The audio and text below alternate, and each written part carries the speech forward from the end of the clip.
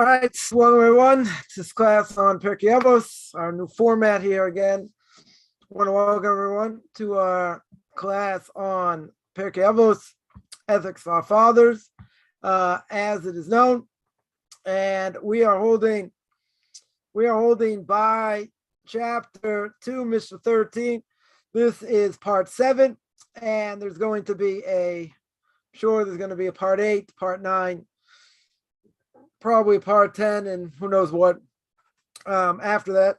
So we are again Ethics of Our Fathers, chapter 2, Mishna 13. This is part 7, and we're still on the Mishnah,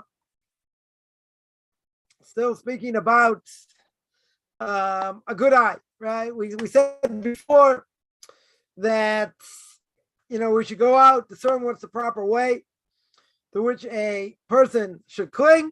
Rabbi Lezer said a good eye, and that's where we're holding. So it's all about different aspects, different aspects of that. And now we're going to bring down the Rambam. The Rambam explains that the character traits of a good eye means you're happy what you have. And when you see what others, don't have, or let's say are lacking, and we don't have that issue, then we thank God for the greater goodness, right? For the great goodness that He does for a person. Now, that being said, nobody says life is easy. The question is, how do we view it? Do we look at life like the cup is half filled, or it's half empty? Do we have the greatest amount of emunah bitachon, the belief and faith of God, when things are going good, plenty of money in the bank, all things being equal? Or do we complain? Or do we feel like what we don't have and what we're lacking? Now, it's very easy when things don't go our way, when we have difficulty. The easy way is to complain, to say, I need this, I need that, I need the other thing. Why is it so hard? Right, etc. True. Very true. But what about the fact that when things are good, so to speak, do we thank God for the goodness? We'll blame Him for the bad. We'll say, how come this happened, or that happened, or the other thing? What about thanking for the good? Thankful I can go like this with my fingers, they don't hurt. Thanking Him for the good, I'm healthy, relatively healthy. And even if a person has issues, health issues, could be worse. Right? We always say, don't ask how worse it could be. We're not interested in that. It could always be worse. God forbid. But what about the good? Why is it, we'll throw out this question before we answer. It's always good to ask another question with a question. Right? And that is that when we have it good, why don't we thank Him for the good? Why are we looking, or let's say better, why do we thank Him for the goodness when we see what others don't have, what others are lacking? Isn't it easier to thank Him for all the goods, regardless? Other people suffer, other people go through difficulties. So it could be we're going through a difficulty. It's hard to see the good. It's hard to see the light at the end of the tunnel, right? This comes up a lot. Definitely comes up a lot. You say, how can I thank Him for the good when it's hard? How can I say every day in my prayers in the morning, I thank God for the goodness? I have to, serve Him with great joy. So because the person's going through a difficult time, what does that matter? I have to serve Him anyway. Right? So the reality is, we should be happy regardless. Million things to be happy and happy about. Right? Kaufman always says, write down a list. 10 things you're happy for. And then when things don't go your way or things are hard, look at the list before you burn it or before you rip it up. To be thankful, to remember. Are you going to say, don't I remember? We forget. We forget because of everything else we go through. So here the Rambam explains a good eye means that I'm happy with what we have, right? We're happy with what we have. But they're even happier when they see what others are lacking. They see that others have it hard. And thank God you don't have that. So you're extremely happy.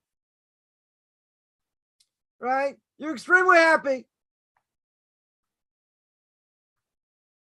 Said Moshe Schneider, my Rebbe's Rebbe in England, that more than 120 years ago,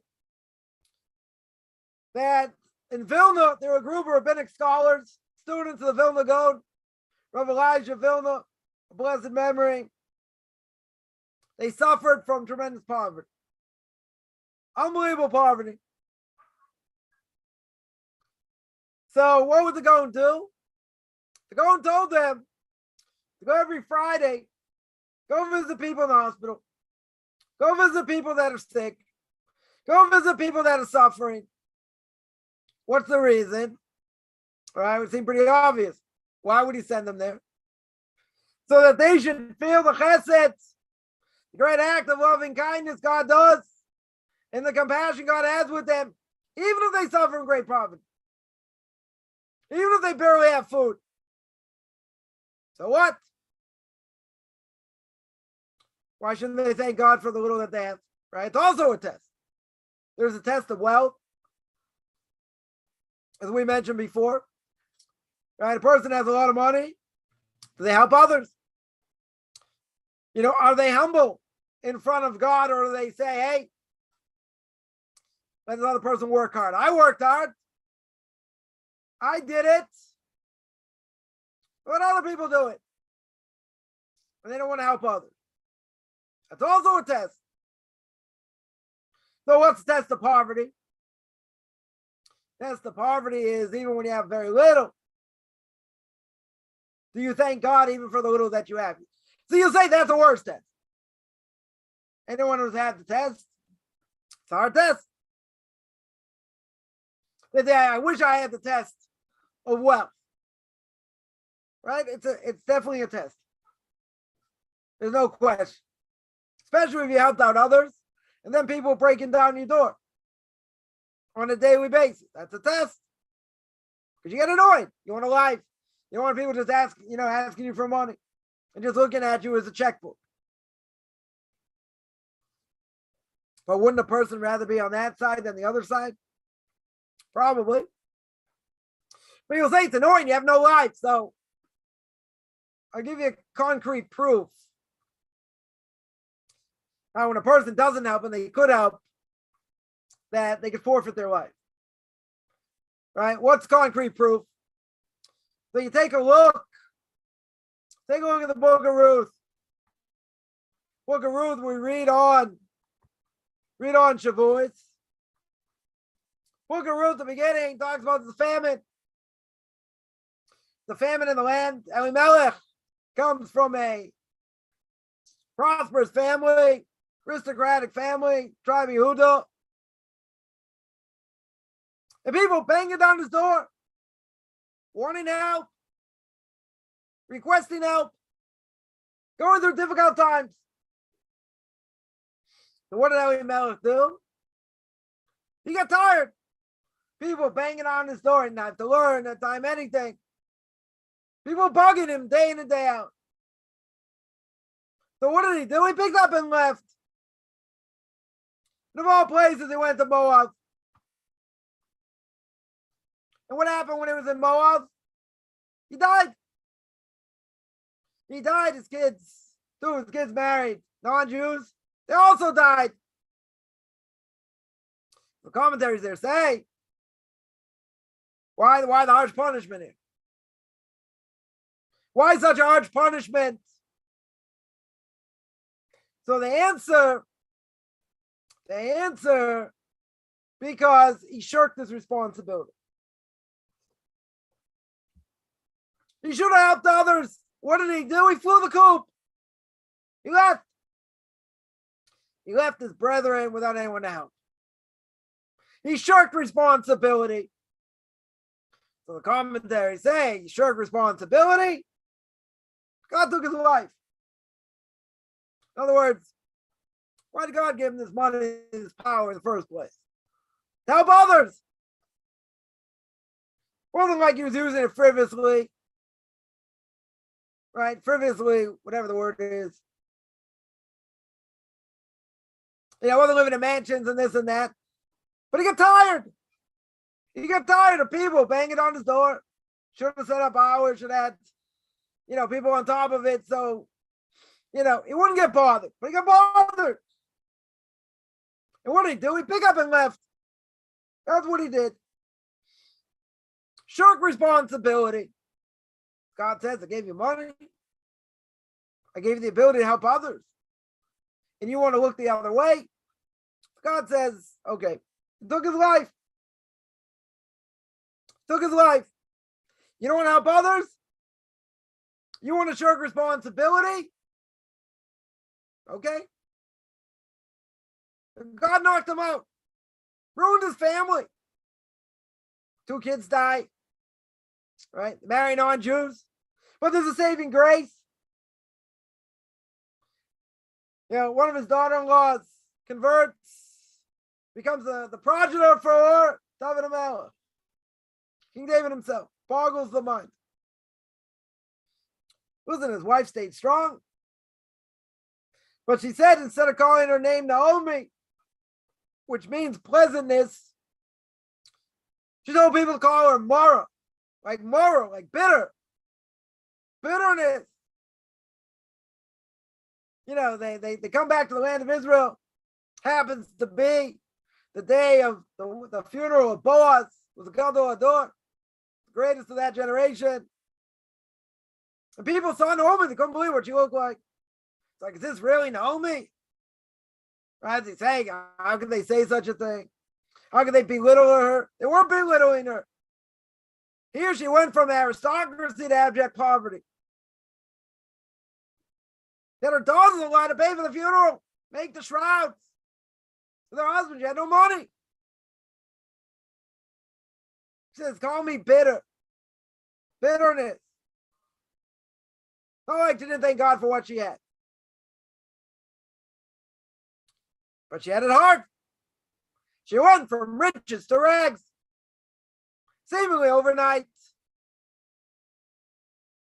But why? So the commentaries tell us. Very simple. He had no obligation.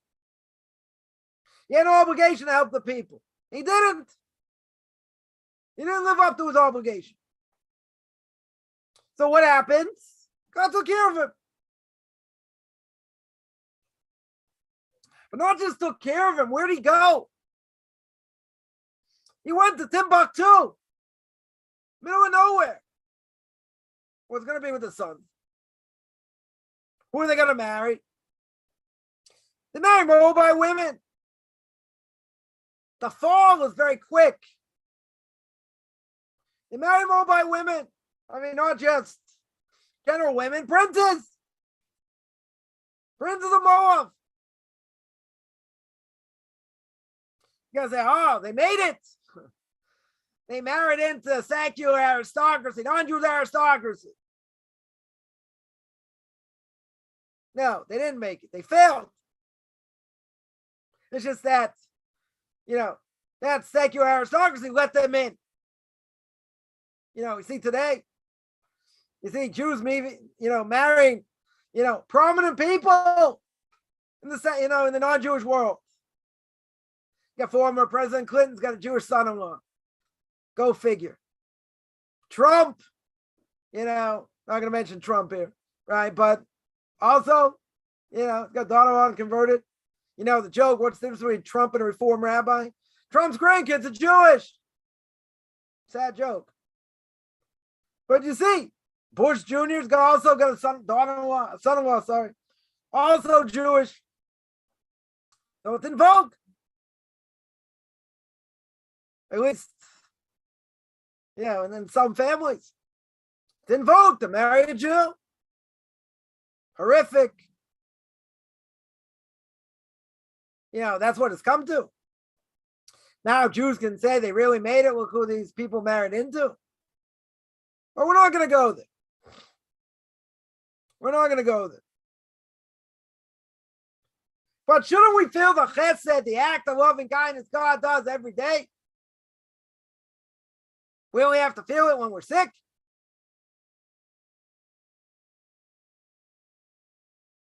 Then realize all the good things God does. We're going to be thankful regardless. But see, sometimes we only get the message.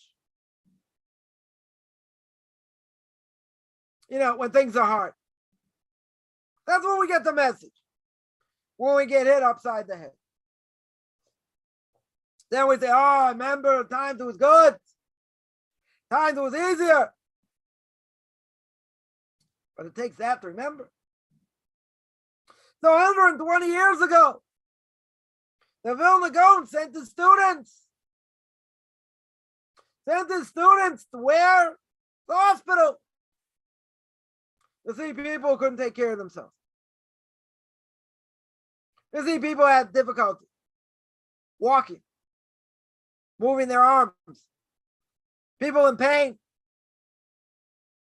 Now, a person would say, after the fact, they go out of the hospital, they go home, they have their Shabbos meal. They still didn't have very much. They still had the same soupy soup, very few vegetables. The poverty's still there. What changed? Why would anything change over here? Why would their mentality now change a little bit? Because they saw other people had it worse. They saw other people suffering in pain. At least they're not in pain. At least they can take care of their needs. They don't need someone else to feed them. They don't need someone to help them up. They don't need any other help, let's say. But why is it we forget so quickly? Person, let's say, gets the flu. They're incapacitated a couple of days, high fever, sometimes maybe they're delirious. They're flat on their back, can't move. Maybe they've thrown up, other things. And then, a few days later, they come around. They can eat. They're very weak. Why are they very weak? They haven't eaten a couple of days. They feel very weak. So what happens when they start to get better? When they start, let's say they're fully recovered, it takes 3 days. Let's say 4 days. They're back to the normal schedule. Did they thank the one above for healing them? For getting them back on track? Or do they go about the normal business? All right, what did they do over here? So you say, okay, they went back to the normal schedule. They forgot. They forget. Maybe they're able to say a prayer and say, God, heal me. I can't do anything. I can't serve you. If I'm not healed, if I'm not feeling good. Okay. Question is, now you're feeling fine. Now you're back to normal schedule. I'm not even saying you went through a near-death experience. Not even close. Person didn't fit, whatever. They have the flu. Knocked out a couple of days. Now they're back to 100%. They're back to 100% strength. Are they thankful? Or do they forget? See, when things are going good, we're not going to remember that. That's out of mind, out of sight. We're not even going to think about it. When a person's sick, oh, then it rings a bell. Now you can't serve them the way you need to. Can't get out of bed. You're too weak. Can't eat. So again, someone will say, you're not telling me anything I don't know. Right? A lot of what I say is what people already know. I just sort of embellish. I'm very good at embellishing what other great people say. This is something we know, or we should know. But we forget. We go back to our everyday lives. When we go back to everyday life, we worry about other things. We've got a million things we're worried about. We're thinking about. The least of which, even after coming out of, let's say, a minor illness, is the fact that, we're not going to be worried I'm going to get sick again. You're not even thinking that.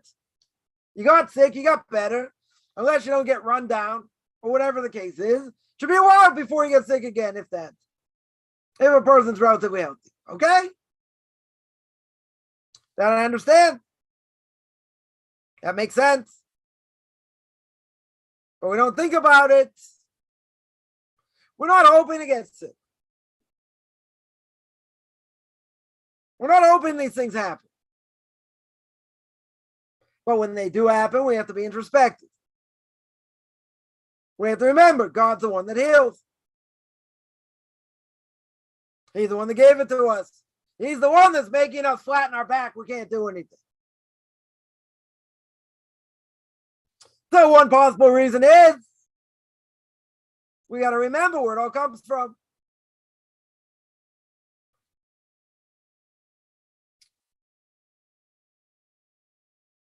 We can't take life for granted. We have to be introspective.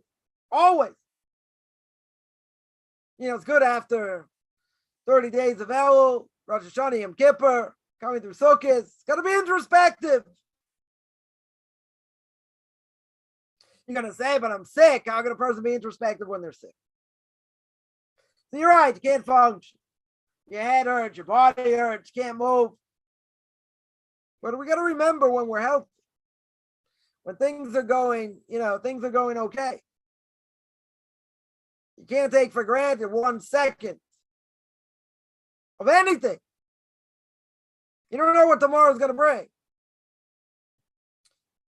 But in this case, what the students of Vilna Gaon, what they do, they went into Shabbos unbelievably happy.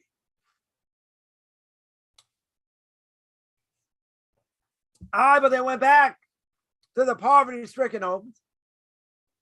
Very true. Poverty didn't go away. They didn't hit the lottery. I guess it was BL before the lottery. They still didn't have money. They're still suffering that way. But they have a different perspective now. And that perspective is, at least they're not in physical pain. At least they're not sick. Now someone could ask, what would happen if you had both? You suffer from poverty, and you're also physically sick. And you can't do much. You can't function. So I see this a lot. Unfortunately, people, diagnosed with things, people suffering different ailments. And somewhere they can't, they just can't really function. Not the same brain capacity. They can't just sit and listen to classes. It's too hard. Can't concentrate. the physical pain.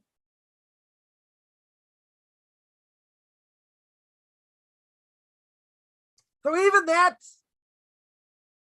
person is going to be thankful. You're going to say, how can a person be thankful even when they're sick? So I had a story. A neighbor of mine passed away a few months ago. Wasn't so old, late 50s. And one of the things he said, he wasn't feeling well. Someone told me this story. And one of the things he said is, God gave me this amount of years. And I'm thankful I had these amount of years. At the end, he suffered tremendously. Right? But he didn't complain. He didn't say, woe to me, what's going to be my wife, my kids, this, that. He took it as a divine decree. This is what God did. He's relatively young. I mean, today, that's young. But what did he say? He said, God gave me this amount of time. His moon is strong as fire. Saying, okay, this is divine decree. This is what God wants. But in no way, shape, or form, I'm going to blaspheme against it. I'm thankful for what he gave me. Could a person be bitter? Say, why now? Okay, it's not in the prime of life. Right, but all things being equal, you'll be able to live another 20 years more. Life expectancy today is much higher. Could have been bitter. Could have been upset. Said, this is what I get. Keeping Torah mitzvahs. Person could say it. It's not good to say it. In theory, a person could. No bitterness. Took it in stride. This is a divine decree. Right? This is totally a divine decree. This is what God wants. Not about what's going to be my kids, what's going to be this, what's going to be that. That's the way to look at the world. He could have bemoaned the fact for days, weeks. Probably would have got sicker and died quicker. But he didn't. He thanked God for everything he had. He didn't have very much, but he thanked God for everything he had. For the family that he had. Spouse that he had, this, that. No bitterness. Now you're going to say, well, this person was an unbelievably righteous person. I don't know. Maybe more than others, but this is what he said. Mi ka'amcha Yisrael. Who's like the Jewish people? Even when they're down, they still see the good. But we don't want to see the goods when we see someone else in pain. In other words, we're not going to say, wow, this person's in pain. Thank God I don't have that. We don't have to say that, but sometimes God will show us. And he'll say, listen, you think you got it bad? You may have it bad in different ways. But you're going to say, you think you have it bad? Look at this. I told this before, right? A few weeks ago. It's longer than that, probably a month ago, maybe. Or less. I was on a bus. Wasn't the greatest of moods. I was on a bus. A few rows in front of me, saw someone look like they were mentally challenged, which they were. And someone was helping them. And they got off in a stop before I got off. So I watched this whole scene. This guy gets out, he can barely walk. Someone had to help him, get him off the bus. And there are other things I'm not going to mention what I saw. And I thought that was like a great love tap. In other words, we think that the Mishna Sanhedrin says, the world is created for me, i.e. for me and no one else. Each person's their own world. So we think we are the pinnacle of creation, as we read 2 weeks ago. Right? In the beginning of book of Genesis, God created man. When? Last. So if we do what we're supposed to do, draw close to God, keep his mitzvahs, keep his Torah, whatever we're obligated to keep, very good. Then we're the pinnacle of creation. If we don't do what we're supposed to do, then animals are greater than us. Because the animals can say, see, you act like an animal. We were created before you. So the question of what we do, the question of how we act. But, we think everything revolves around us, what we're going through. Now, it's true. We mentioned this many times. It's very true. We may be going through a hard time. No question. Question is, I still have to function. I still have to serve God anyway. But what about thinking of other things while you're going through it, even if it's extremely hard? What about other things people go through?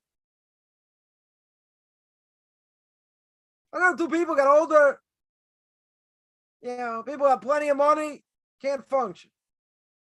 One, basically it's dementia, Alzheimer's, doesn't recognize anybody, needs a lot of help. And someone else who, not exactly that bad, but have other physical ailments. All the money in the world doesn't matter. Right? I've been ingrained in my mind, since I was younger. I heard older people say, you don't have your health, you don't have anything. A lot of truth to that. There is truth to that. Yeah, but if you don't have your mind, you're not serving God. What's health over here? Just because the person's healthy. So what? But if you're not doing what you should be doing, no different than an animal. You're just going according to animalistic instincts. That's what the world is. What the world is. I read an article today. About what's going on in medical schools today. And their agenda. Potentially taking people that really don't fit the grade, but, you can't discriminate against minorities and this and that. But they have a leftist agenda. Total leftist agenda. Nothing to do with medicine.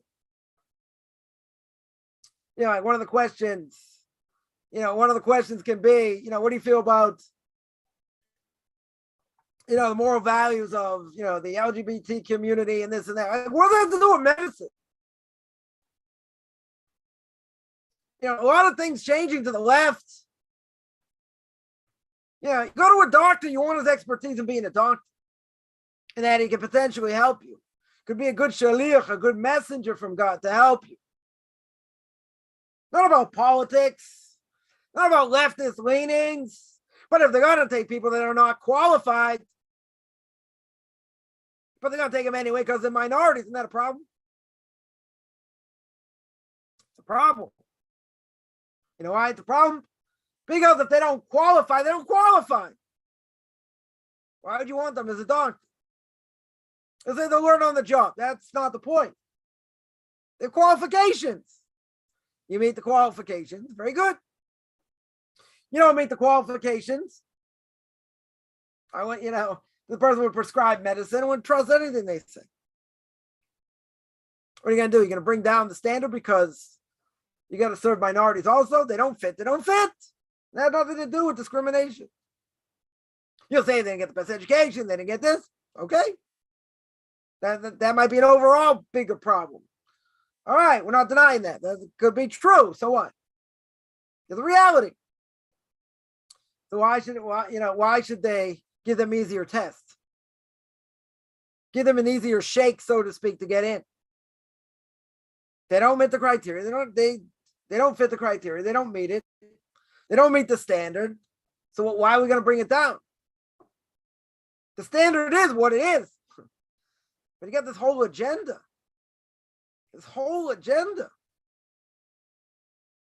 Again, what does that have to do with being a doctor? What does this agenda have to do with anything? Nothing. Do they know biology well? Do they know chemistry well? Are they able to spit back the information? I do understand first year, medical school, weed out 30%. Next year, another 15, 20%. Whoever survives, okay, they're going to make it. But the weeding out process, but why are we going to make it easier for minorities? It's not a question we're discriminating. They don't fit the criteria. They don't meet the criteria. You get a certain grade on your MCATs, very good. You had a certain GPA in college, very good. You don't meet that. Now we're going to take you anyway. Why would I take them? You're putting them in a position to fail. And they're not going to be good doctors. You'll say maybe there'll be some that forget statistics. I don't want to play Russian roulette with a doctor. I'm not interested. No pun intended. I have no interest. You have a certain thing. You go to a doctor. You want them, to tell you what to do. Someone who's qualified, not someone who snuck in the back door. Someone snuck in around the corner, beat it. Because of an agenda, left-wing agenda. That's kind of a scary proposition. So, the idea over here is, or one idea is a person has to be thankful whatever they have. Whatever they have. It shouldn't be, and I'm not going to here disagree with the story.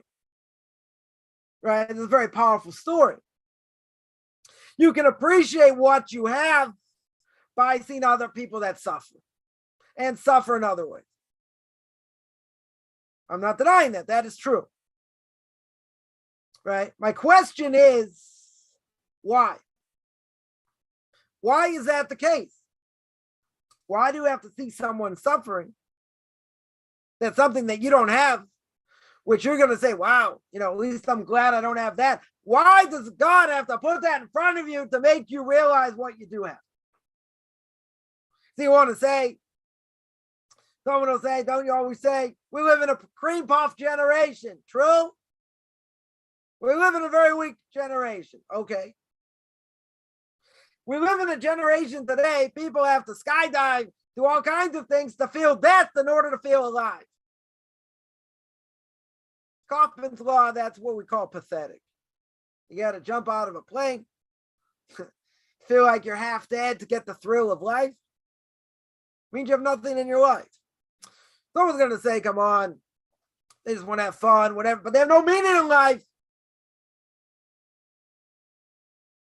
Because in order to feel life, they want to feel like they're half dead.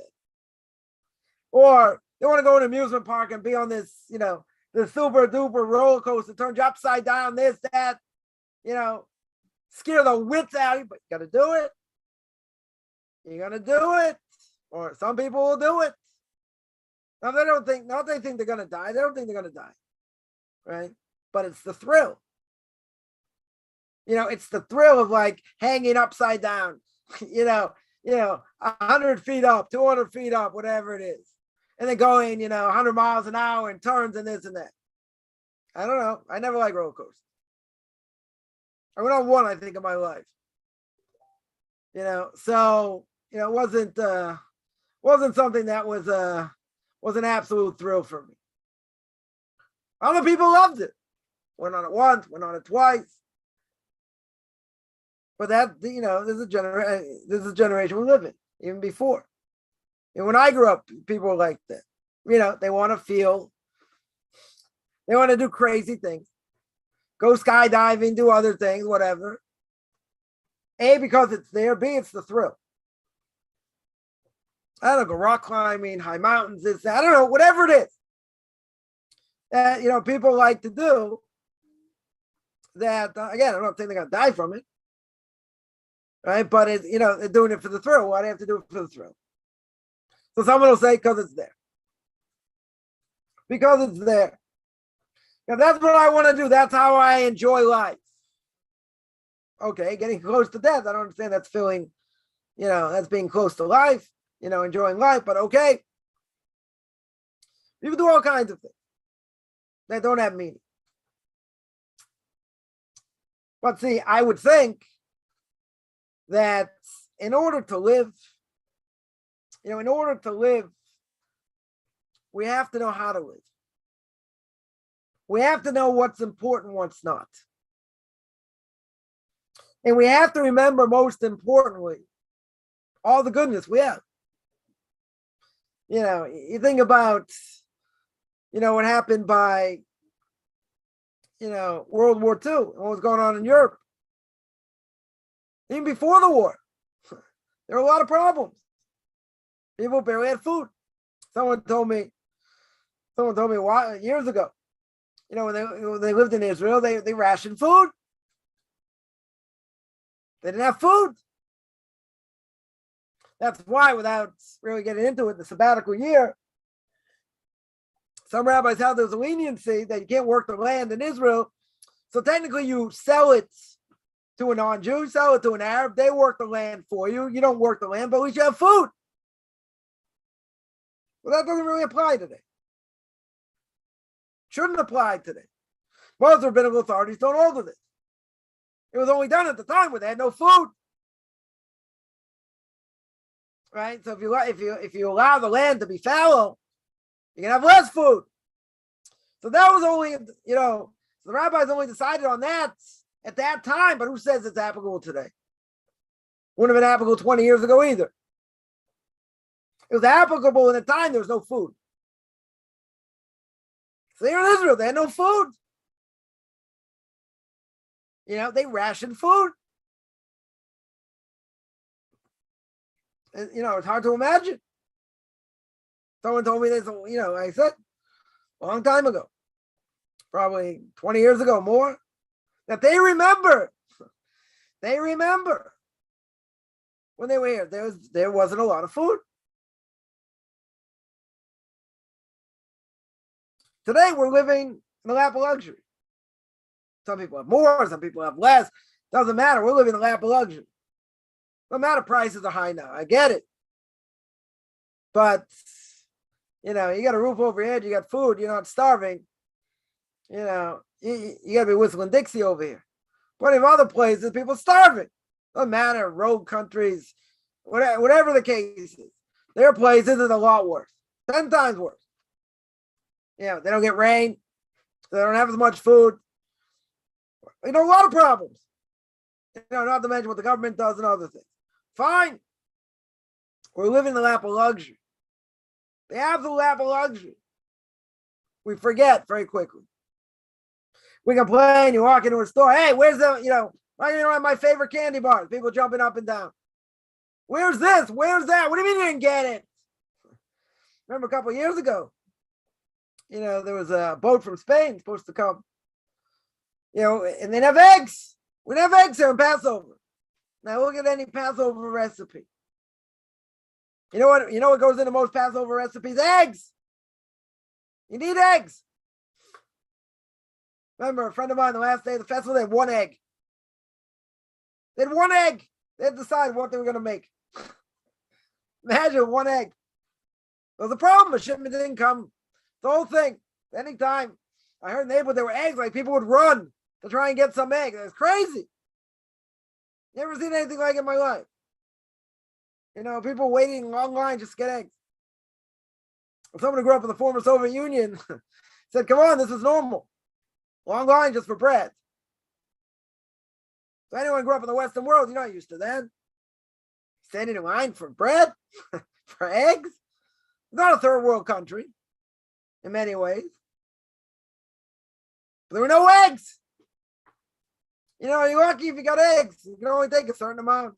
Couldn't hoard them. But that's a main staple in Passover. It's eggs and potatoes and vegetables. And chicken or meat. Right? That's the main staple. But you need eggs. It's crazy. I remember waiting in a line. They had no more eggs. That's what it was. So, you take someone who grew up in the Western world, that's like unheard of. No eggs? Come on. You think it's, it's out of a bad movie or something. What? Everyone's hoarding eggs? Crazy. So we're living the lap of luxury. Again, some have it easier, some have it harder, doesn't matter. Most people are not starving. They're not starving. So, what about being thankful for food? For water? The fact that this earth is 70% water. Abundance of water. Abundance of ways to make food. Well, what's the problem? Why can't we think like this? Let's go back to the Mishna Sanhedrin. The Mishna Sanhedrin says, "Bishvili nivra olam." For me, the world is created. So I'm my own world. I'm going through my own thing, going through my own difficulty. True. Everybody's got it. Nobody has it easy. No matter if you have money or not, you can have difficulty in other ways. Like we said before, people with plenty of money, multi-millionaires, and health's an issue.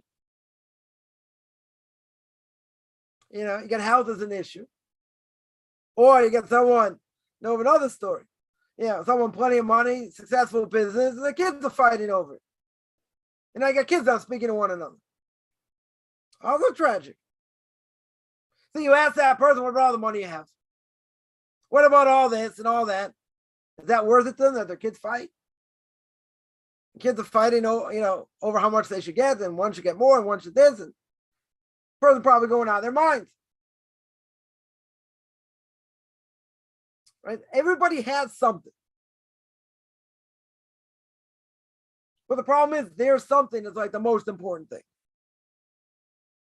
And like everything else is like subservient to that. And they forget.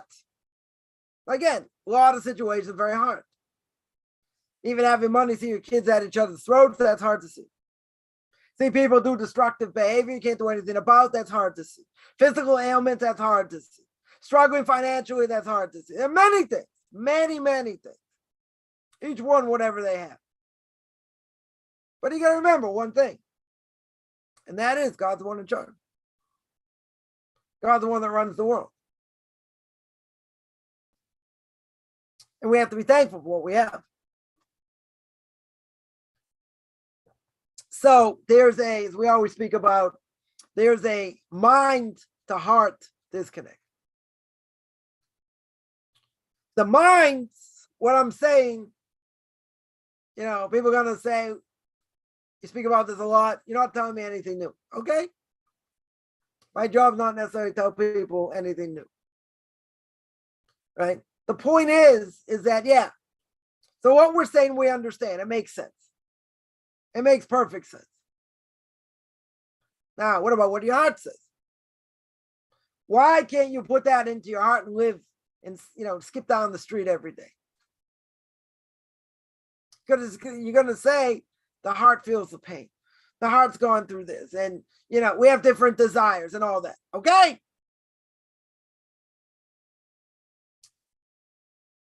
So on a daily basis, we should say out loud, says Rav Victor Miller, a blessed memory, when Torah giant to the last generation. Rav Victor Miller said you got to be thankful for every last thing you have. And you say it. You should say, thank God, we have air. God, I want to thank you for the air.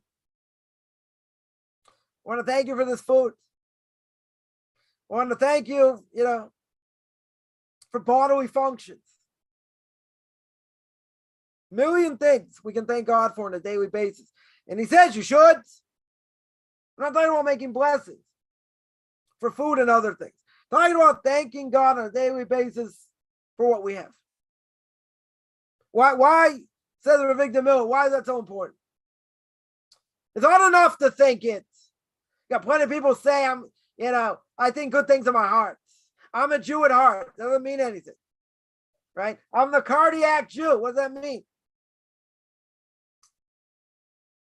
Means I do some Jewish customs, this and that. What about being thankful for everything you have?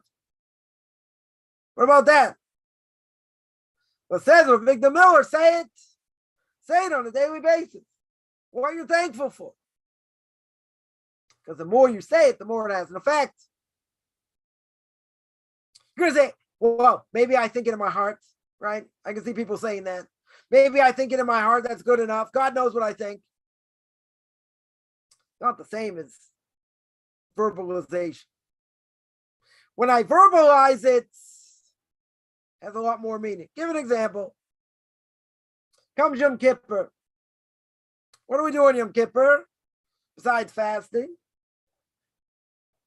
We say a number of times, we say vidur. We say confession. Right? What do we say when we say confession? I have sinned. According to the Rambam, that's all I have to say. On a Torah level, I have sinned. I can beat my heart and say, I have sinned. That's it. According to the Torah, I fulfill my obligation. But you see, come on, I sinned, I did it on purpose, I did this. There's a whole laundry list of things we've done wrong. So why does Rambam say that's, the minimal is just to say I've sinned? Because we're very good at explaining why it's okay. We have 1.5 million reasons to say, person will admit, I spoke Lashon Hara against this person, but they deserved it. They had it coming. Right? 100% they had it coming. And it was true and everybody knows it. So what? Just because everyone knows it does not give me free rein. There are conditions. There are conditions over here. People forget. What's the point? A person justifies. They totally justify what they do. And they'll make excuses why they did it. So if God, if God were to look at it and say, okay, I'm going to give you a free pass. He gave me a good claim. Very good. Right? Then God gives you a free pass. If not, he's going to take what you said and go, bink, knock it out. It's not an excuse. We may think it is.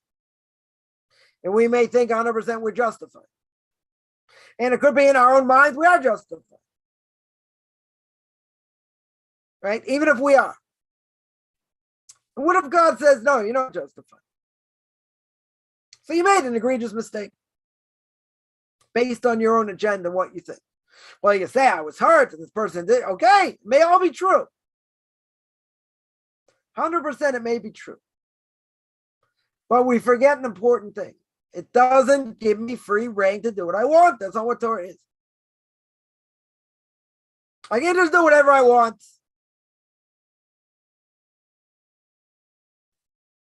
Got to think. It's permitted. It's not permitted.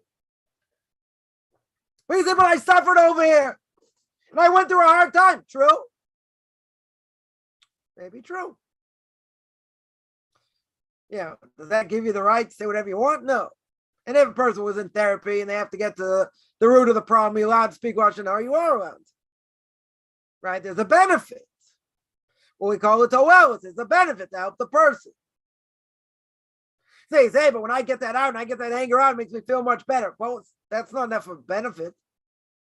Just it makes the person feel better doesn't mean it's permissible.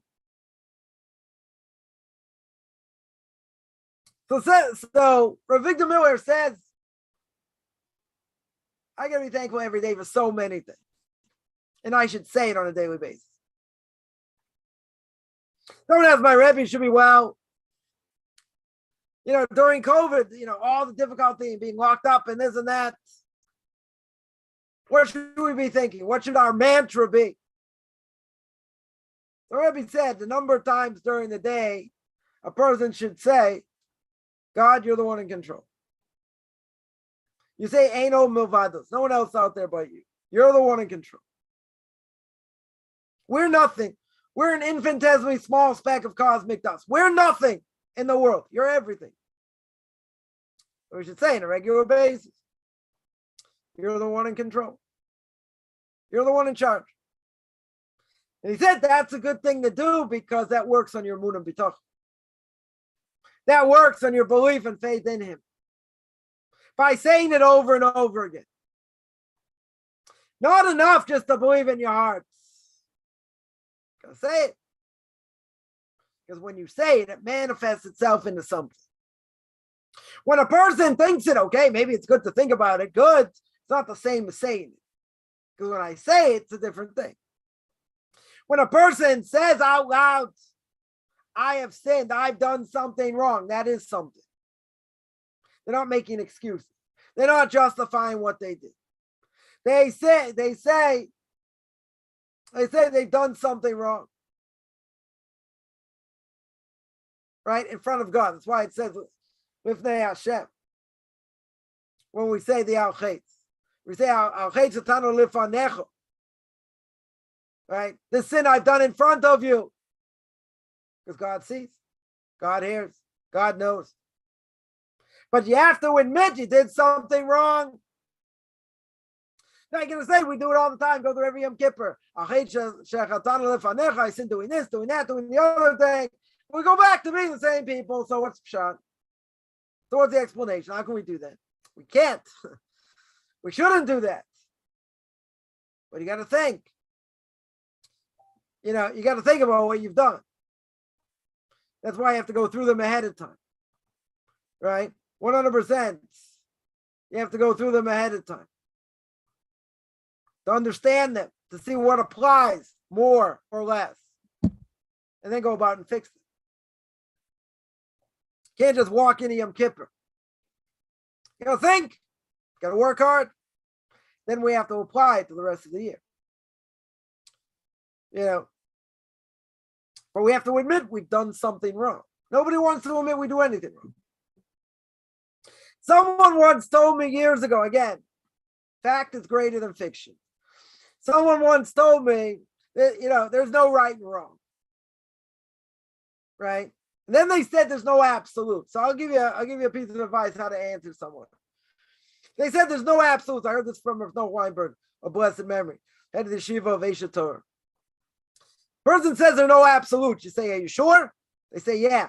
They say, you ask them, are you very sure? They say, yeah. They say, are you absolutely sure? And they say, yeah. What do you mean? Can't be absolutely sure if there are no absolutes. Right?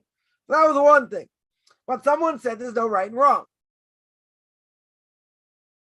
All right, who are you to say what's right and wrong and this and that? So I'm nobody to say anything.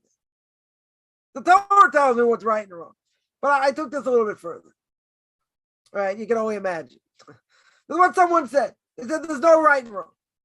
You can't tell me right and wrong this, that. So I think I knew what they meant about, not believing in the Torah or whatever, but I said no right and wrong. That's what they said.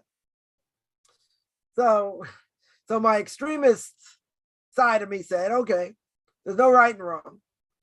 I take a shotgun and go blow someone's head off. Is that right or wrong? No, you know what I meant. Yeah, you weren't careful with your words. So yeah, there are laws that we have to keep. We have to abide by. Right? We have to abide by laws that the Torah tells us. And many times we have to abide by the law of the land. Can't just do whatever I want. Right? Can't just do whatever I want. I mean, there are times you might have to.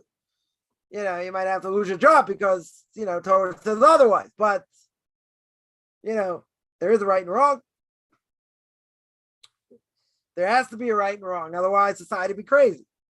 And if you had people enforcing that, it'd be 10 times worse, even though it looks pretty bad today. Right? But someone makes a statement like that, so right and wrong. What do you mean? It means we can do whatever we want. Why did the generation of the flood get destroyed? What does Rashi say at the beginning of the parsha that we just read? What was the sin? Stealing. That was the final nail in the coffin. So, what's the question? Question is, weren't there worse things? Stealing's not death penalty. I mean, it might be for a non-Jew, but for a Jew, it's not death penalty. Even though, there weren't any Jews at this point, but why specifically on stealing? Weren't there things that are worse than stealing that the generation was doing?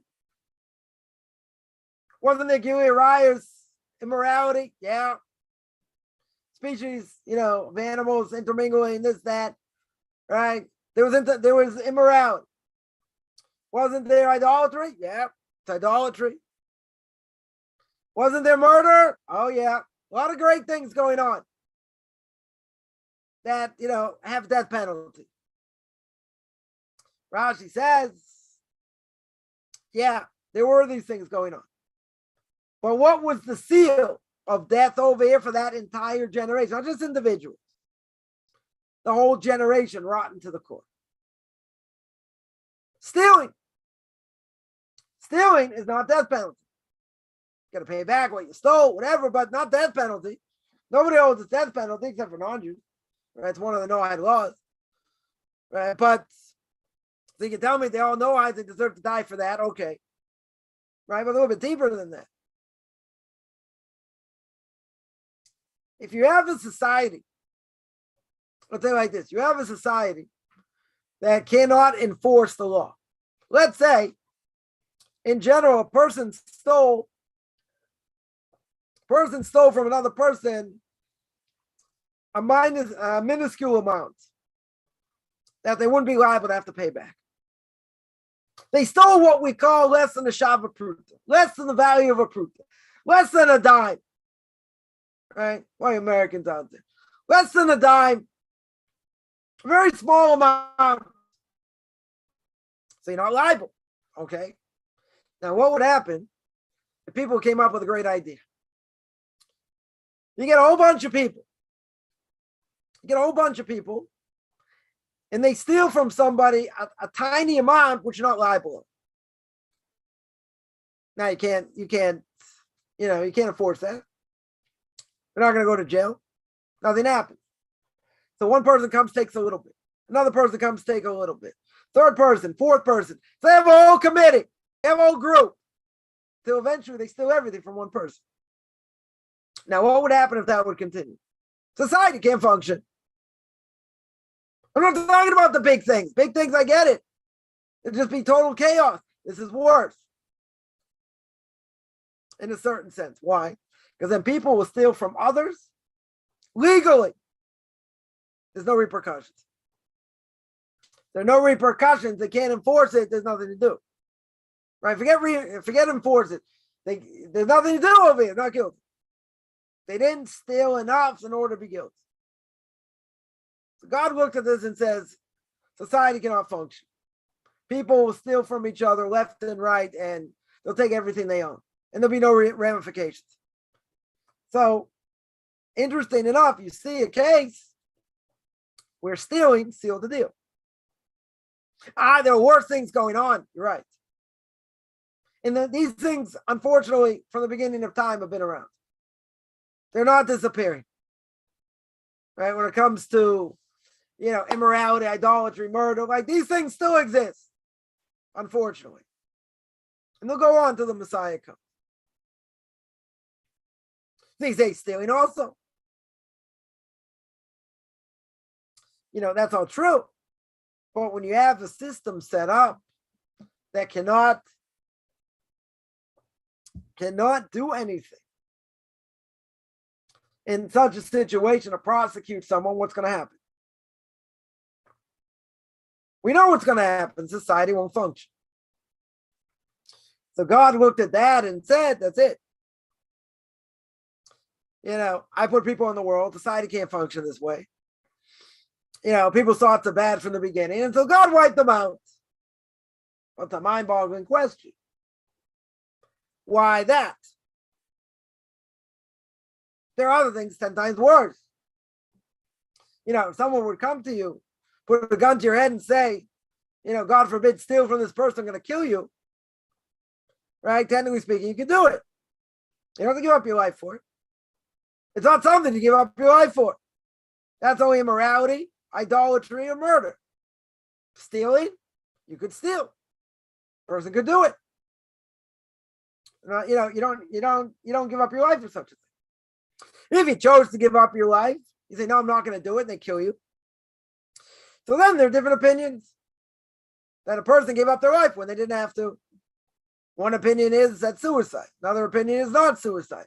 We hold it's not suicide in the end, right? But it's not something a Jew has to give up their life. It doesn't apply to a non-Jew. It only applies to a Jew, based on a technical issue. But still, not one of them. Mind-boggling idea. Right? The world could be sealed to death for the sake of society not being able to function. That's a serious thing. So God looked down and said, okay, that's it. I have to wipe out this generation. This generation can't function. Now I would ask a different question. Even if that's true, and God saw that was the case. So what changed? What changed after that? God made a decree. And God said, I'll never destroy the world again. I'll never destroy the world again. You'll tell me, the world is corrupt. People steal, you can't prosecute them, this, that. Very true. And that could happen later also, next generation. God said, okay, I wiped out this generation. I'm not going to do it again. Because I know man's thoughts, whatever. I know. Right? It's an interesting idea. That generation, God said, okay, I've had enough. But future generations, God said, okay, I'll live with it. Because man does what it does. There'll be a generation thousands of years later that people in, the craziness of their minds, they're going to say, let's defund the police. That's insanity. That makes no sense. You defund the police, worst chaos than there'll ever be. Worst chaos. You need a police force. You don't have a police force, what's going to happen? People kill each other. This world will destroy itself. That's what will happen. 100% that's what will happen. So, logically speaking, that's insanity. Makes no sense. Totally no sense. Crime rates will go through the roof. You'll say, well, how much worse can I get? They get a lot worse. Then whoever's got guns, they're going to rule the streets. You had for months going on in Portland, other places. Certain areas couldn't walk into, police couldn't go into. Crazy. Again, fact is greater than fiction. Well, let's go back to the original point. I want to digress. We have to learn on a daily basis to learn how to be thankful. That's all we have to do. Doesn't matter what we go through. It's irrelevant what we go through. God runs the world. We have to thank God for all the chesed, all the acts of loving kindness he does. So you can tell me, okay, I can understand it with my mind. What about this difficulty? What about that difficulty? What about the other difficulties? True? Who says we don't have difficulties? We have difficulties. So I have to take my mind, and train it to be thankful every day. Thank God for all the chesed he does. Write it down and say it verbally. Over and over and over. God, I want to thank you for this apple. I want to thank you for, this piece of fish. I want to, thank you, I got to the bus on time. I want to thank you, I got enough sleep. What does that do? Because that puts God in your life. That shows that God's in charge. And that nothing happens in this world without God dictating. That puts someone on a totally different level, a totally different planet. But that's what we got to do. But it's harder to do that when you're getting beaten down in life. I agree. I agree. When a person's feeling really low, they pray better. They pray like their life depends on it. When things are going good, we don't pray like our life depends on it. That's the nature of the beast over here. Because when things are going good, what are you God for? Think of all the people who have money, plenty of money, not religious, spitting God's face on a regular basis. What does God do? He gives them plenty of money, says, get out of here, scram. I don't want to have anything to do with you. They pray to him? No. Maybe when they're down, maybe. When things are going good, what does the Torah say? Prophecy at the end of the book of Deuteronomy, Jews are going to eat from the fat of the land. That's what they're going to do. What does it mean to eat the fat of the land? It means they're going to kick God in the face. It says from Mordechai Pogramansky, that tells the evil blessed memory. He said after the war, after World War II, Jewish people went through a tremendous time of destruction, poverty. He said now it's going to be a time of great wealth. That's going to be the next test. Till the Messiah comes. Time of great wealth. And that's what it says at the end of the book of Deuteronomy. What's going to happen? We're going to get plenty of money and kick God in the face. So you got plenty of secular Jews, got plenty of money, no connection to Torah at all. None. It's a big test. Right? We said before, poverty is a big test. Well, it's also a big test. But that's what was prophesied. That's what the Torah tells me.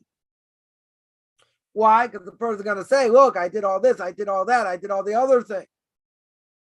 Okay, so what? Who gave it to you? Who helped you? If I did it myself, that's the problem. Person saying, I did it myself. So wealth also a big test. Over here, but we have to remember, whatever we go through, we got to remember there are people who have it worse. People have it worse. I see it on a daily basis. People collecting money for all kinds of things. A woman dies suddenly. A lot of kids left over. Husband suffers this, that, marrying off kids. Many, many things. Daily basis. All right. Sometimes it's hard to hear some of these.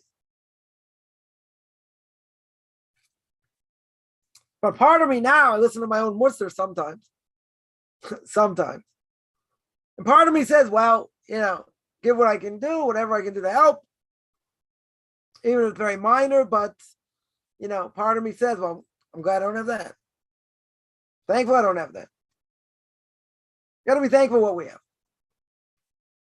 Even if it's hard. Right? That was the whole point that the Vilna Gaon sent the students to the hospital to see people that were sick. That was the whole point. To realize, yeah, they suffered from poverty. True. 100% true. But there are other people that worse than they did. Because even though they went back to their homes, the soup didn't really have any vegetables in it, and they still suffered from poverty. Doesn't matter. They could, take care of their needs. They could take care of their basic needs. Those people in the hospital couldn't do anything. People in pain. People suffering in many ways. They didn't have that. But what's someone going to say? You're right, I don't have that, but I have this, that, and the other thing. It's very easy to look at that. But God shows you other people have these things. You don't have that. Health is a pretty crucial thing. Tell someone doesn't have it. Or it comes and it goes. They're in pain. Can't move around too much. They can't function. We should can function. We should can function. Doesn't mean what you go through is not easy. I'm, again, not saying that. Take it another step further. Maybe it brings down the house of Noah Elimelech. Rav Elimelech of Luzhinsk. A blessed memory. They asked him, how would you define someone who's got a good eye? What would your definition be of someone who's got a good eye? He answered, I have no idea what a bad eye is. How can someone say anything is bad? That he saw the goodness in everything. And everything that God does. Similar to Nachum Ish Gamzu. Nachum Ish Gamzu was Rabbi Akiva's rabbi. Rabbi Akiva said, Kol David Rachmanu L'Toivav. Everything that God does is for the good. In other words, just try and see the good in what person goes through. Or what they see. Nachum Ish Gamzu was a higher level. Nachum Ish Gamzu said, Gamzu L'Toiva. Everything is good.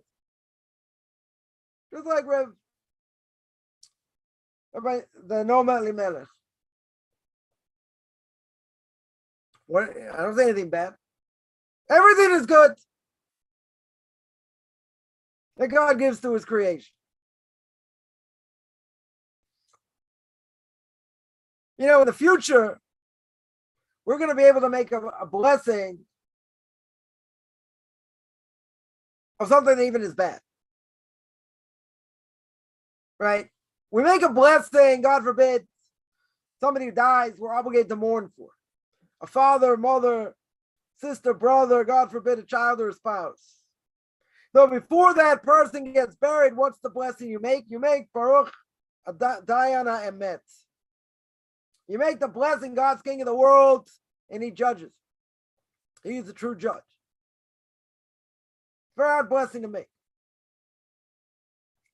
Right? You have a loved one in front of you that's dead, going to be about to be buried. And what do we see? You got to make this blessing saying God's the one who did it. You have to acknowledge who gives life, who takes life. Now, this is something not so easy. Nachum Ish Gamzu, anyone who knows the story, he was a paraplegic who had boils all over his body. He suffered like no tomorrow. But he said everything is good.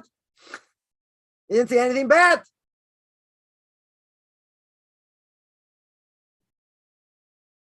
Right? We always got to look at the good. Yeah, a person listens to the news on a daily basis.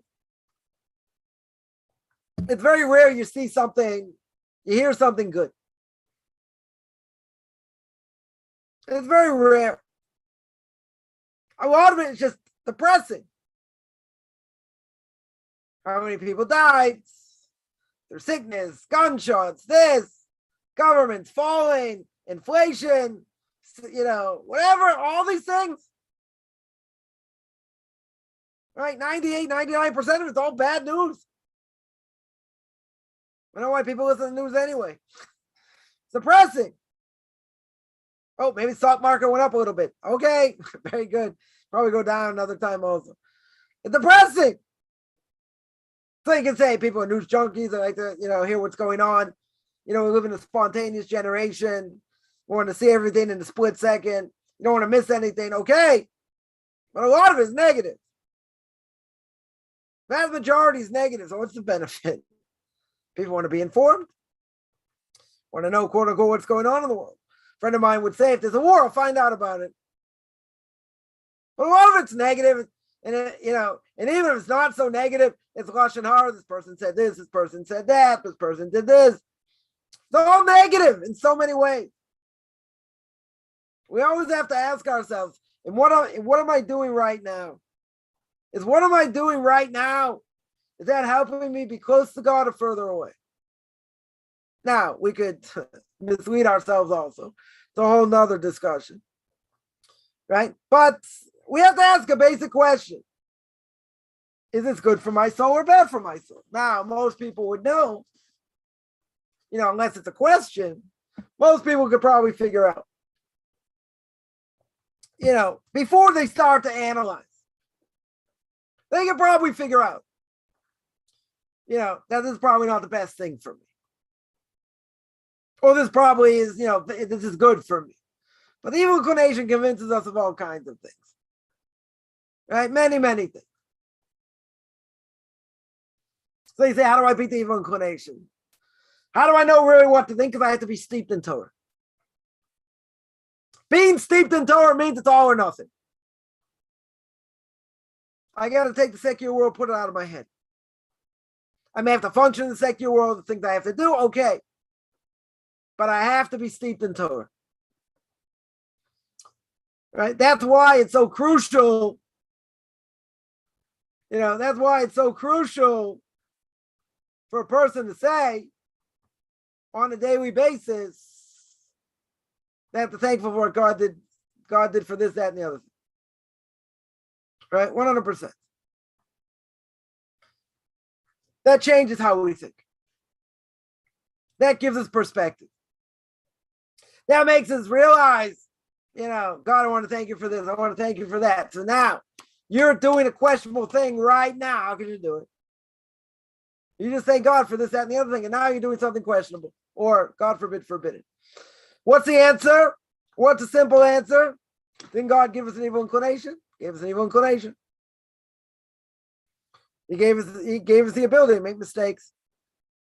He gave the ability to this angel, Mr. S, the angel of death, the evil inclination, whatever you want to call him, runs wild. Makes us make a lot of stupid things, do a lot of stupid things. How can we beat him? Be steeped in Torah, not get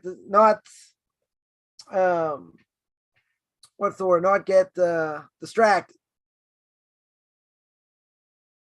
But we always have to ask ourselves, is this good for me or bad for me? If a person has a doubt, they have to ask their local Orthodox rabbi, is it good or bad? You can ask someone who's not biased, because we're biased. We may justify and say, no, it's not bad, this, that, but it could be. Could have a negative effect. We just don't see. What's the word? We're too close to the situation. But if a person on a regular basis would thank God for every little thing, and actually say it, what a person says has an effect on who they are, has an effect on their heart. Person's going to, I say it a lot of times, doesn't help. So it takes time. I do understand we live in an instantaneous generation. Very good. So what? Takes time. And even if we pray on a daily basis, God, I want this, I need this, whatever, and God says no. So we have to continue to pray. But I think the essence of what we should say is, God, I want you to give me what is good for me. Even if I don't understand it. Even if I don't see it as good.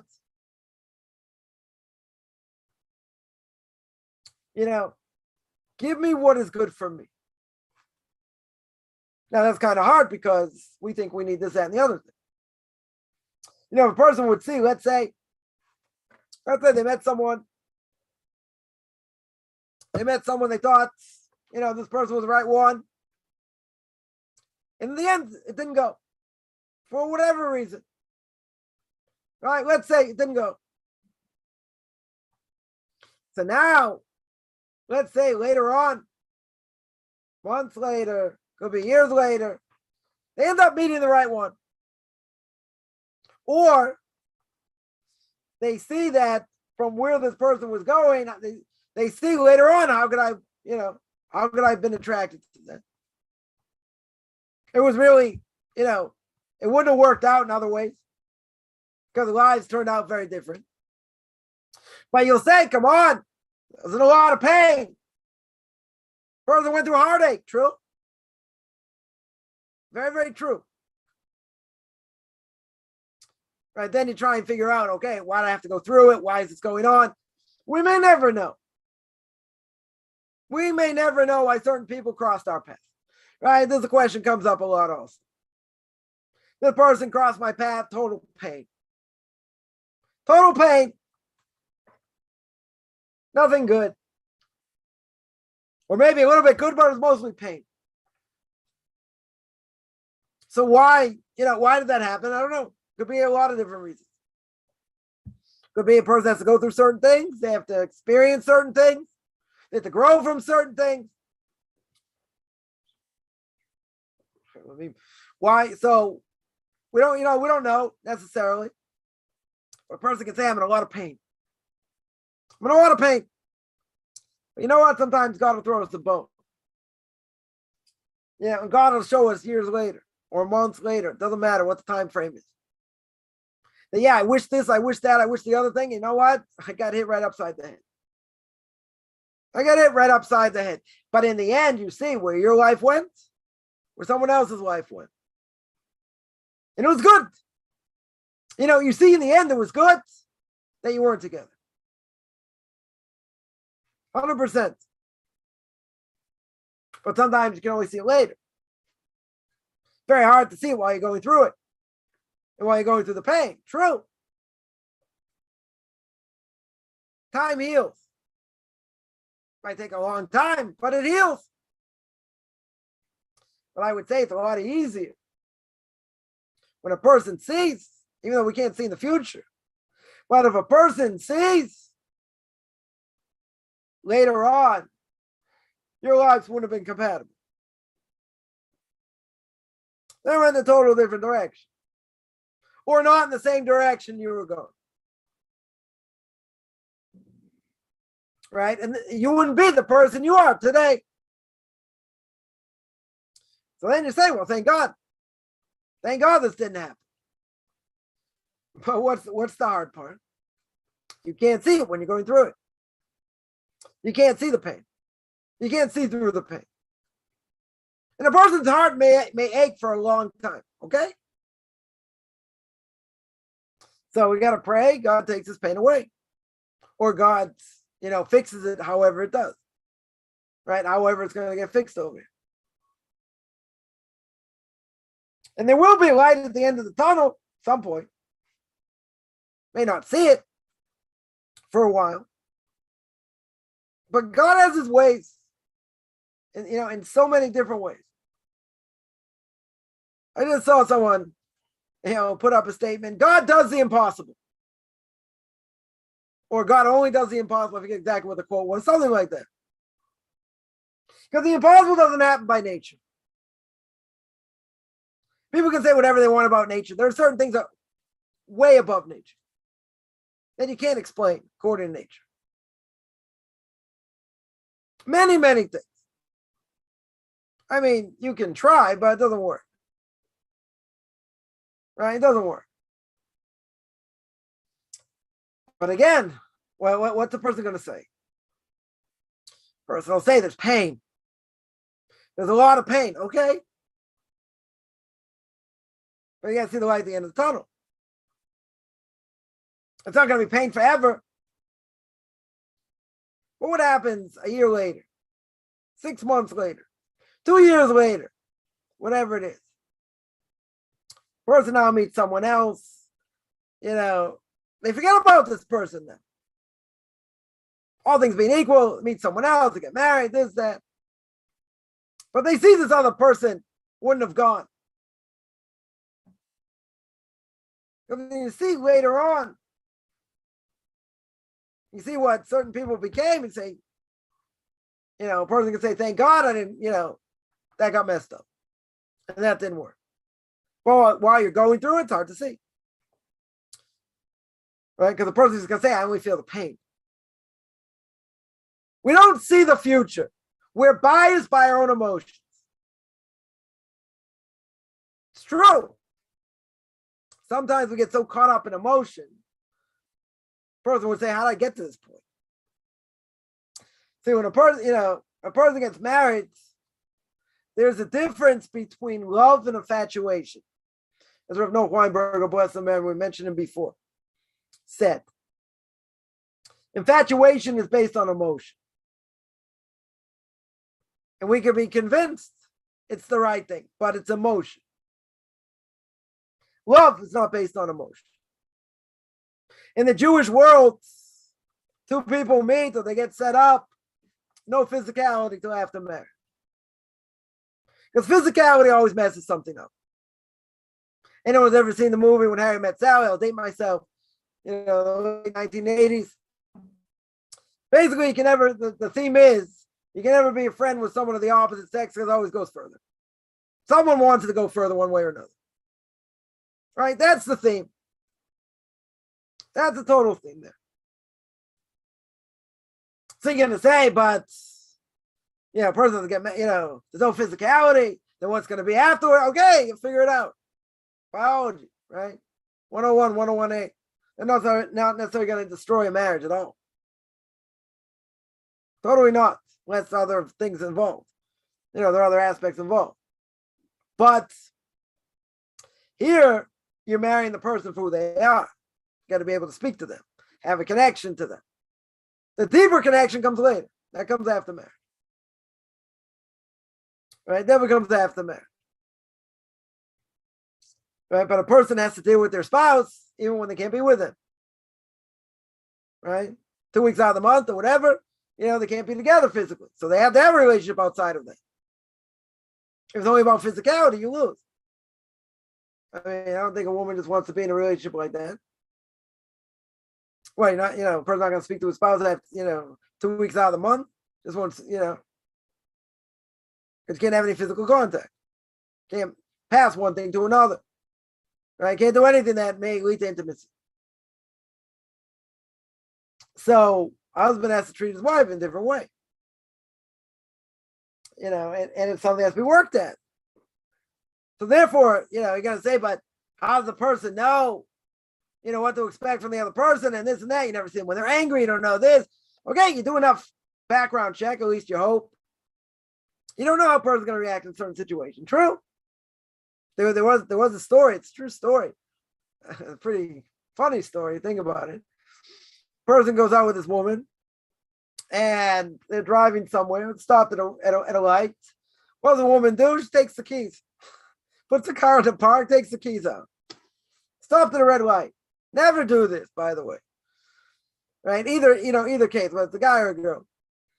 Right? So what happened? People are honking, the light turns green. And he's like, can I have the keys? And she's not giving him the keys. He's like, can I please have the keys? People are honking and yelling and screaming. She's not giving him the keys. Light turns red. People upset. Whatever. Finally, this woman gives this guy the keys back. Starts the car. Light turns green. They start to drive. So the guy asks, like, why in the world did you do that? Like, people honking, yelling, and screaming. Why in the world would you do such a thing? Well, this woman said, you can't tell what a person will do under pressure. Right? Obviously, a person's dating is going to be in their best behavior. But how do you know what they're going to do when, God forbid, a trauma or something happens? So she said, I wanted to see how you dealt under pressure. This is what she said. Can't make this up. So I want to see how you deal, with things under pressure.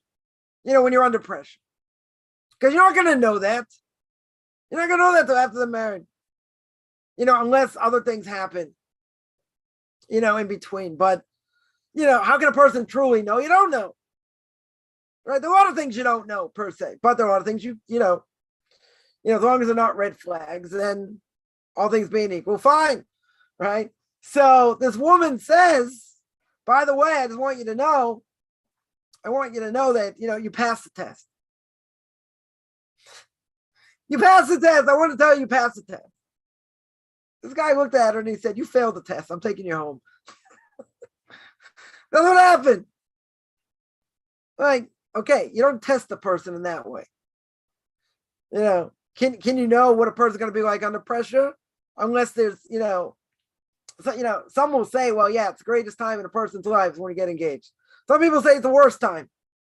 Because you're busy doing so many things and it's a big decision and it's all this. And, that's why, many say they shouldn't have too much contact.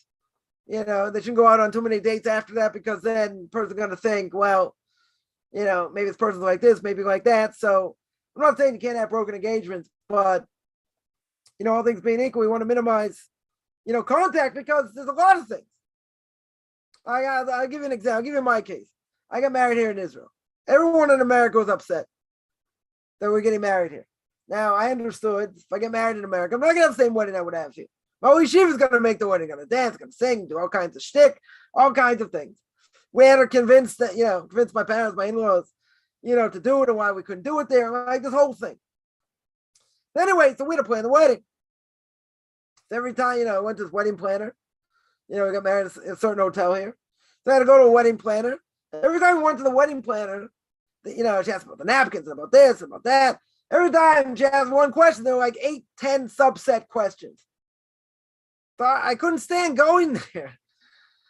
But that's what we had to do. It was aggravating. Okay, you like this? Okay, but we have 3 things of this, 4 things of that, 8 things of... Like, why did I have to deal with this? Well, they're like, one of my favorite things. Probably still not one of my favorite things, right? In general. I go in, if I need to buy a suit, whatever, I'm very quick. I like this color, that color, this, that, fits, doesn't fit. That's it. I'm not sitting there looking at this and styles and, I'm not that type of person. I couldn't stand it, when I was growing up either. Go shopping with my mother, for school, for different things. I hated it. I hate trying on things or whatever. Just, one of the things. So, imagine you're planning this wedding. We had 22 people come from the States. They went on tours and different things. But we had to plan the wedding from soup to nuts. We had to look at bands. We had all kinds of things. I didn't have any help. We did this ourselves. But going to this wedding planner was like, I don't know. It's like, taking glass and slicing your eyelids with it. Or like sticking in, slitting your wrist with it. It was so uncomfortable. I can't even tell you how uncomfortable it was. Making me uncomfortable right now, just thinking about it. It's like, it's like rapid fire questions. I know nothing personal against this person, but it was like everything was like rapid fire. Okay, you want this? What about this? This. I like, you just said one thing. Don't give me the 5 other things and 10 different. We're there every time we had to go. It was like, I don't know, 45 minutes, an hour, whatever it was. It was absolute hell. I couldn't stand it, but that's what we had to do. That's what we had to do. So imagine, we were here. So imagine going through this with your prospective spouse.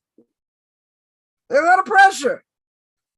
That's why, in normal cases, the parents deal with all this. Okay. You got to say, okay, do you like this color? Do you like that color? You like other? Okay. Right. There are other decisions you have to make. Not like what we had to go through. Like, I don't think I've done almost anything easy since I became religious, ever the last 30 years. Nothing's come easy. No, not from the day I got married. And finally, everybody agreed. They agreed they couldn't make a wedding like this in America. We had a, a wedding reception. In the States, it wasn't the same. They had, 2 Israelis teaching a little bit of Israeli dancing, whatever. It wasn't the same. It was clear it wasn't the same. But we showed... I showed my in-laws a wedding, a wedding here. When they came to visit, yeah, that was a different issue. Then they saw, but you can't explain something to someone unless they see it. So yeah, so we had, speak to parents, in-laws once a week. It was a lot of aggravation. It was very hard.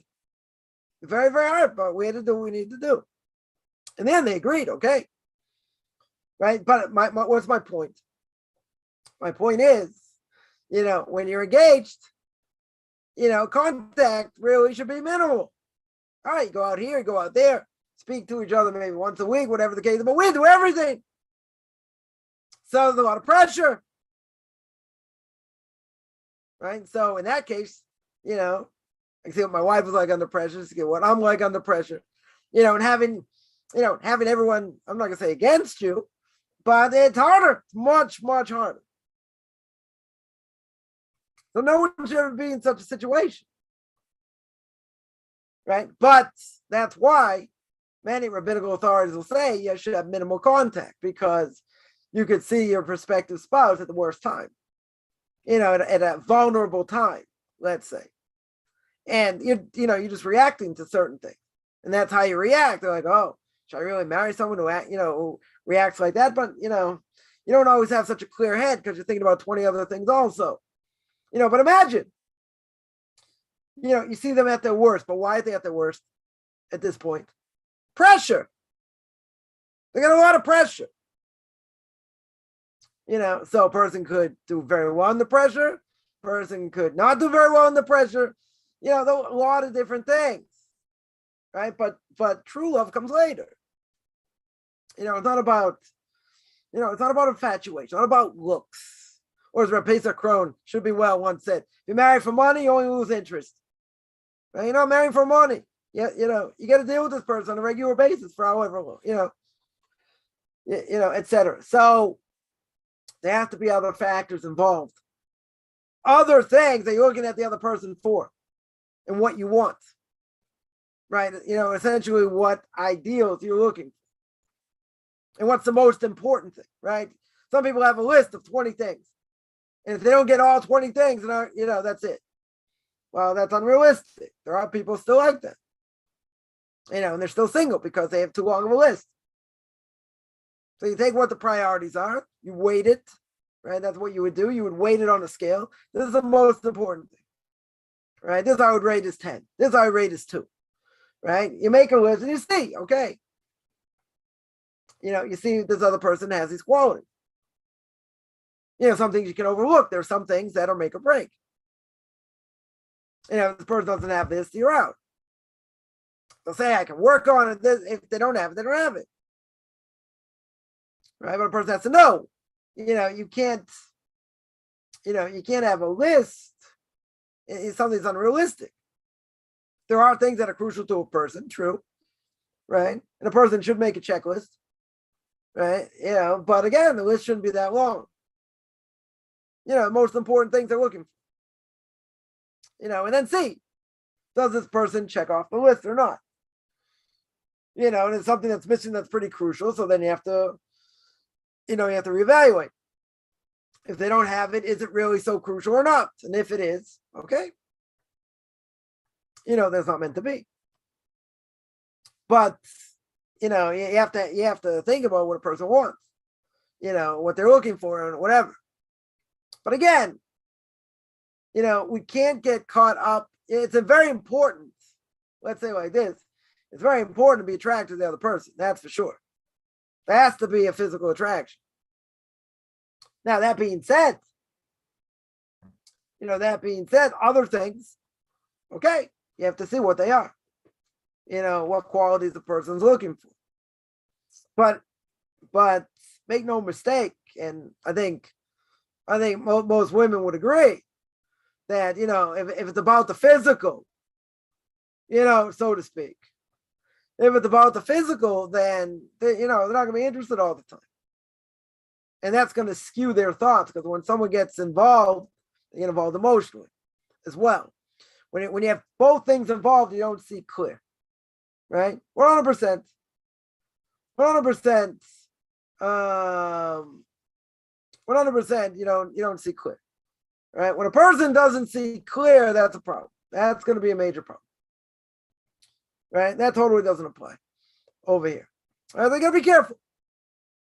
You definitely, you have to be careful. So in general, physicality will get in the way. That will skew the way a person looks at things. 100%.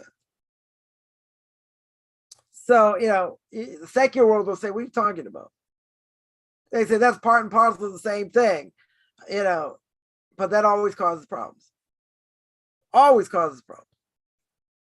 And a lot of times people will get together. Why? Under the influence. Because then they don't have as many inhibitions. Right? But, if they weren't under the influence, they probably never looked at this person. So, there are a lot of factors here. Definitely a lot of factors. That's why, in our community, even though there is a divorce rate, I'm not going to say not, and it is on the rise, unfortunately, but I don't think we're at 10%, right? I definitely don't think, maybe it's 5%, 6%, whatever, right?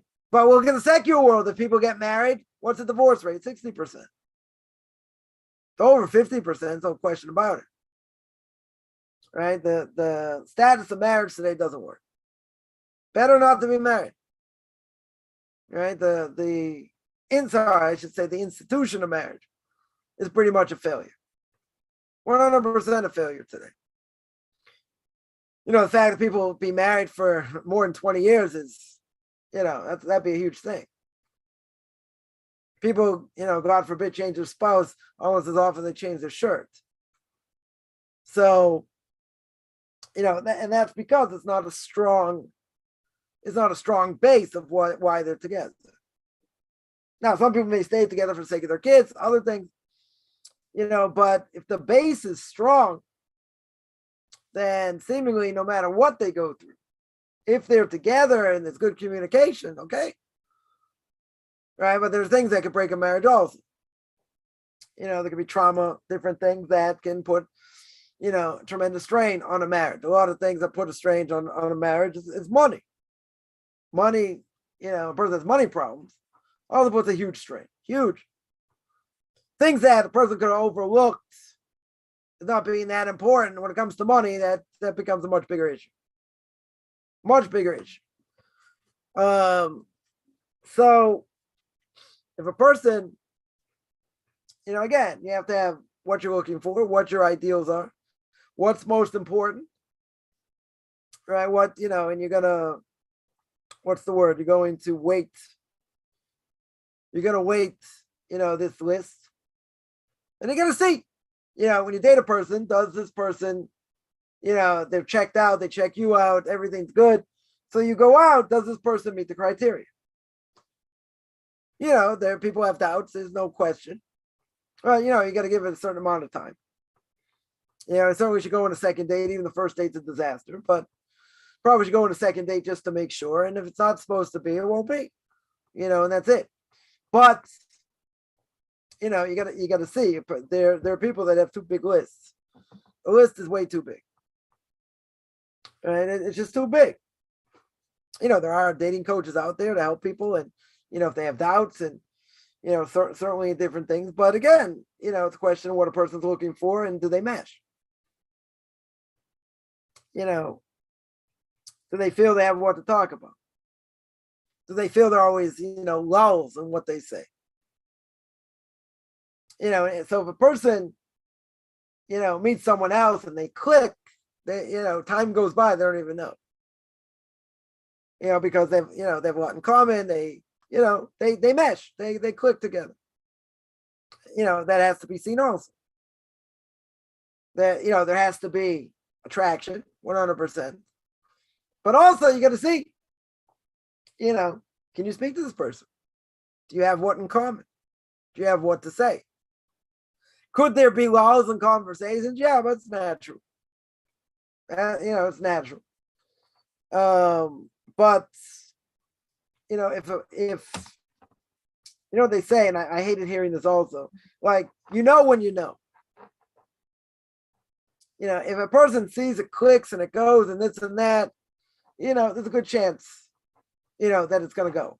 A person will end up getting married. But, there are all kinds of questions come up. A person can just be nervous. Even after engagement, nerves are normal. That's normal. So, question is it something to really look into, or is it nerves?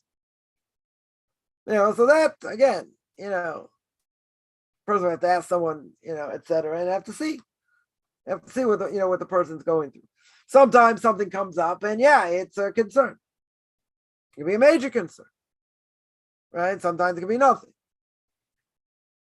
It can definitely be nothing. But if if a person clicks and things go and this and that, it's then it should go. All things being equal, because personalities have to click. Person has to be attracted to the other person, also true.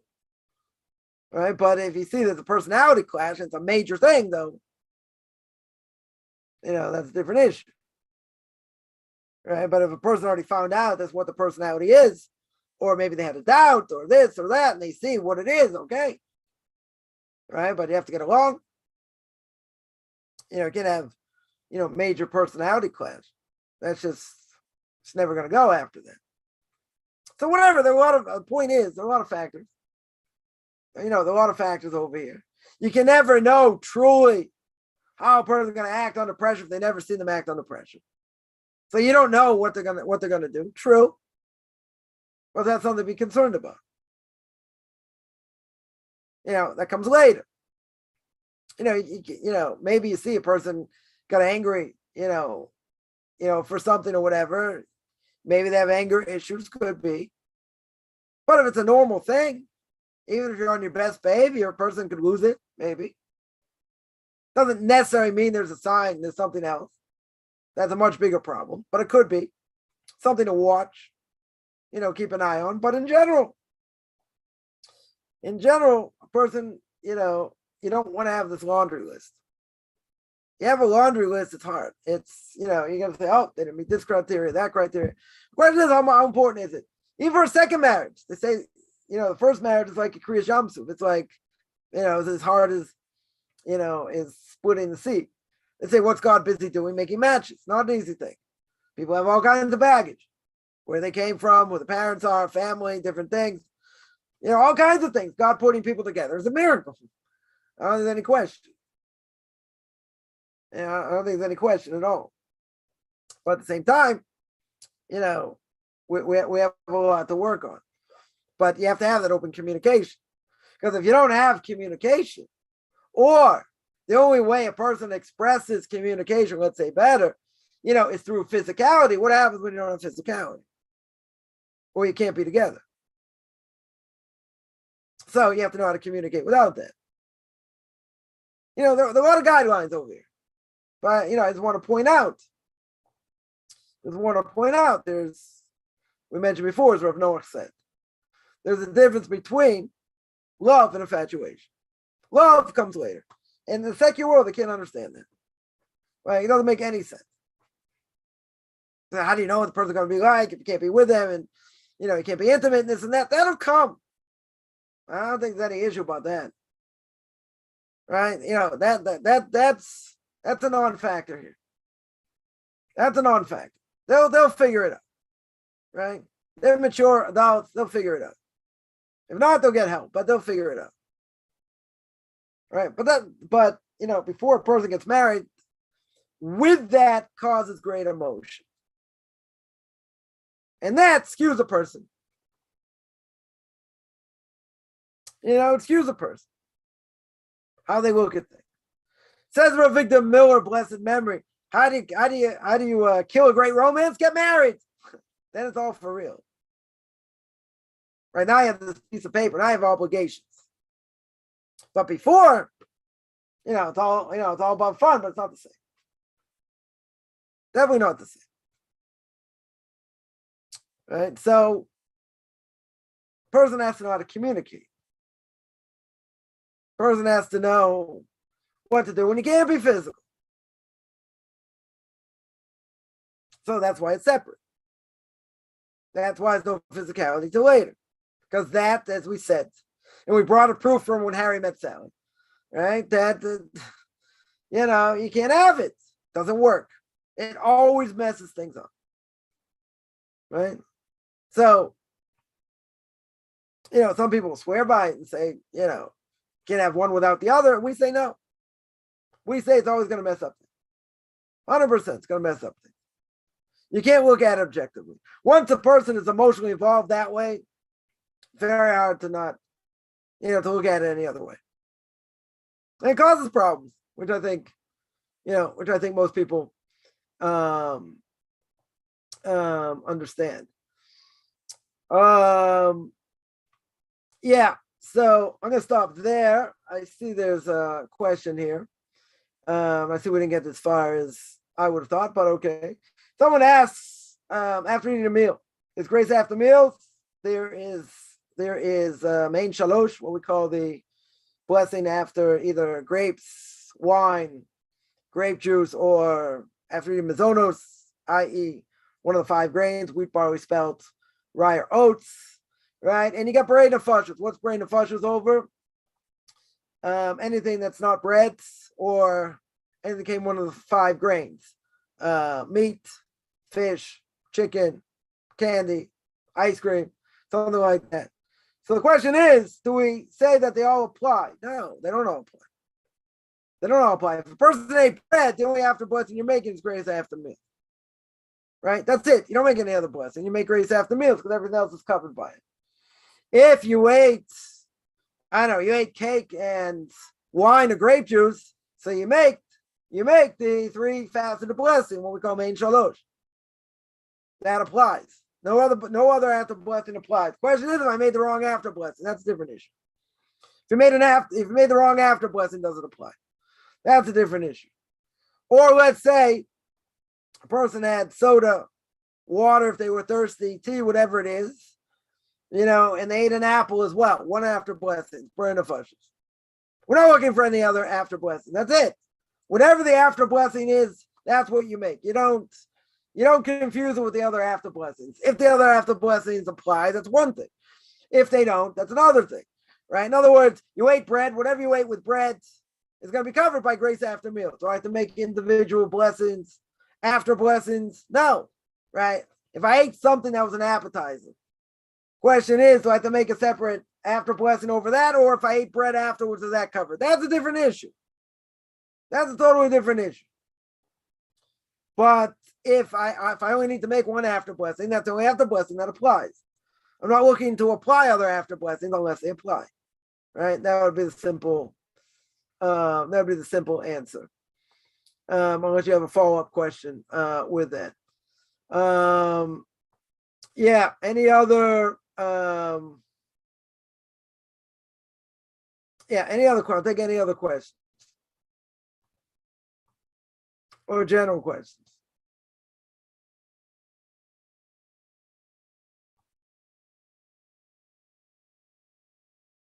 I mentioned Stone edition of Tanakh.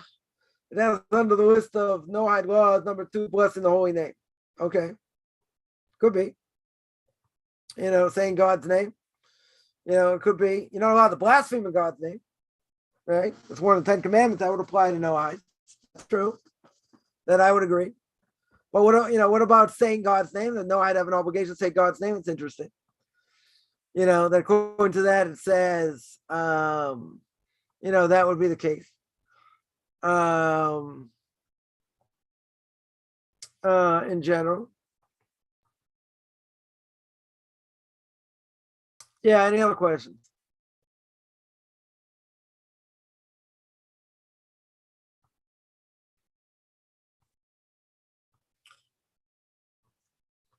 All right, I'm going to stop there. We're going to see next week, I guess, part 8.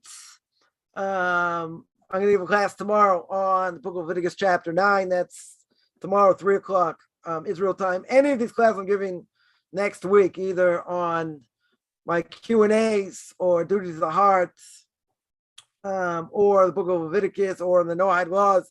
Anyone outside of America that does not change the clock is going to be an hour earlier, right? We're changing the clocks tonight by us, the States next week, at the end of next week. So, any of those classes, anyone outside of, anyone either in Israel or outside of the States, then each class is going to be an hour earlier. So I want to thank everyone for coming, and we're gonna have another class next week. Be Pirke Avos, Ethics of Our Fathers, chapter 2, Mishna 13, part 8. So I'm going to sign out. Wish everyone a good middle of the day or end of the day.